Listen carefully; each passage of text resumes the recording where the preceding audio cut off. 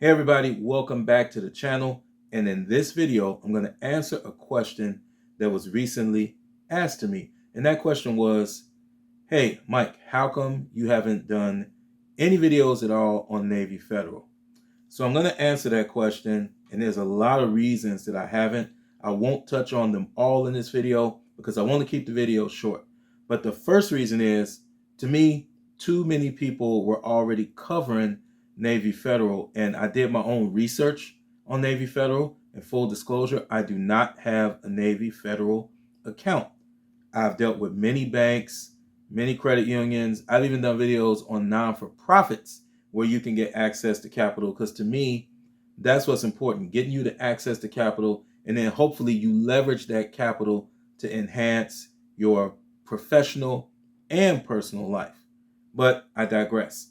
I didn't go and do a Navy Federal video or Navy Federal videos because to me it was just being covered by so many people already via TikTok, YouTube, Instagram. Everywhere you looked, it was Navy Federal Play, Navy Federal Play. And that leads me to my next point. A lot of these videos to me were coming across very scammy. They were advising you to commit all types of fraud-like or fraudulent behavior, aka scams, to get into Navy Federal. Now, if you were one of those people that scammed your way in, at least do right by the credit union once you're in so you can reap the benefits of the advantages that come from being a member, because it is a great credit union if you are able to gain membership. But remember, Navy Federal was intended for people that have served in the armed forces and their families. So saying that your great-grandfather served in the war, or your grandfather and they're deceased and you don't have any record of any branch that they were in, or you cooked up some lie to get your way in, good for you. But if you did that, at least adhere to the terms of the credit that they granted you so you can get access to even more products and bigger credit lines. And that's exactly the opposite of what a lot of people did. They went in and they defaulted on loans, they defaulted on credit cards, and that led to Navy Federal kind of starting to crack down as they're doing now. Fast forward to now, Navy Federal is in the news because news outlets like CNN have said that Navy Federal is disproportionately denying Black home buying applicants home loans. They're getting turned down for home loans. So as a Black person that's been bankrupt, remember guys, I've been bankrupt. I've been at the very bottom, a total financial zero, and built myself from that. Let's talk about Black credit for a little while, because let's just be real. Let's look at some actual numbers. So our friends at FinMasters have supplied this data that states that the average credit score for white Americans is about a 727. For Latino Americans, it's coming in at a 667. And then Black Americans and Native Americans come in at the bottom, with Black Americans being at 627, Native Americans at 612. Now, I don't have to tell you that a 627 is not a good credit score. It's not. And I know you're saying, hey, well, we're not all at 627. You're correct. Some Black Americans' credit is below 627, far below it. I've seen it because one of the things I do at my employer is I help people get business loans, and I look at credit reports every single day. And I've seen people with businesses with personal credit scores in the 400s, low 400s. And that's almost as low as you can get. 300 is the absolute bottom. Then there's also a lot of Black Americans that have good credit, credit scores in the 700s or even into the 800s. But let's not sit here and act like Navy Federal was just denying a bunch of qualified applicants. Let's look a little bit deeper. Our friends over in this article at Money Geek talk about the level of credit invisible people by ethnicity. Now, credit invisible is basically when you are not in the credit system.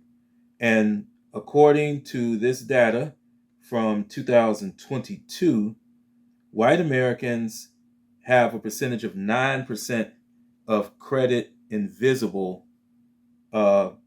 people, while Black Americans come in at 14% credit invisible, 13% credit unscorable, which means there's such a minute amount of credit that they can't even score it. And then 40% of Black Americans come in as being subprime credit, which means that they are only going to get offers that are not even beneficial for them to take, because there'll be offers that are like extremely either short term with really high interest or high loan origination fees, just really a bad situation to be in. So 14, 13, 40, 27, 40, that's 67% that basically don't have what would be considered good credit. So continuing, there's differences in loan types. So Navy Federal gives all different types of loan, from auto, personal, home. Guys, an auto loan is easier to get than a home loan. You can have awful credit and they'll give you a car. A car is not something that's appreciating, it's depreciating. So you can get a car with your bad credit. People say all the time, and I've heard them tell me that, oh, my credit must be getting better, they gave me a car. They gave you something that's depreciating. As I'm filming this video, that car is depreciating, and they gave it to you at horrible terms. Getting a personal loan is different from getting a home loan. You know, just like getting a credit card, it's different from getting a home loan. It's a whole different ball of wax. The way you have to qualify for a 30-year mortgage is different than how you're going to qualify for a 3-year personal loan or a 7-year, 8-year car loan. It's different. And if you don't qualify, you just don't qualify. So look, this is my advice to people that are complaining about Navy Federal. If you're in already, like I said, do right by them. Take advantage of all the great products that they have to offer. If you're like I was once upon a time and you're at the bottom, build your way up. Be patient, because credit is a long game. It takes time.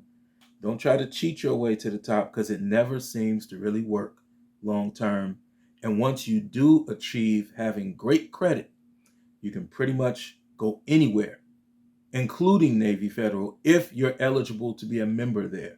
But you can go anywhere. You can go to any card issuer, any bank, and you can get access to the best products at the best terms. And you will get an answer of a yes. You won't get the no's. You won't have to do the CPNs and all this fraudulent stuff, because you don't want to get blacklisted by card issuers by just submitting fraudulent documents and things of that nature.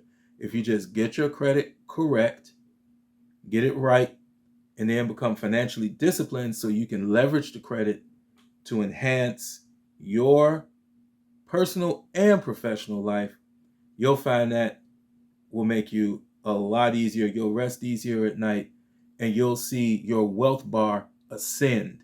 So, hey, this lesson was an important one, but I think I touched on everything that I wanted to, at least for this video. That is why I didn't do the Navy Federal videos, but it's why I felt like I needed to talk about it now, because those gravy trains always come to an end. Somebody always messes it up. So why not just get your financial house in order? Then you don't have to count on a play. On that note, class is dismissed.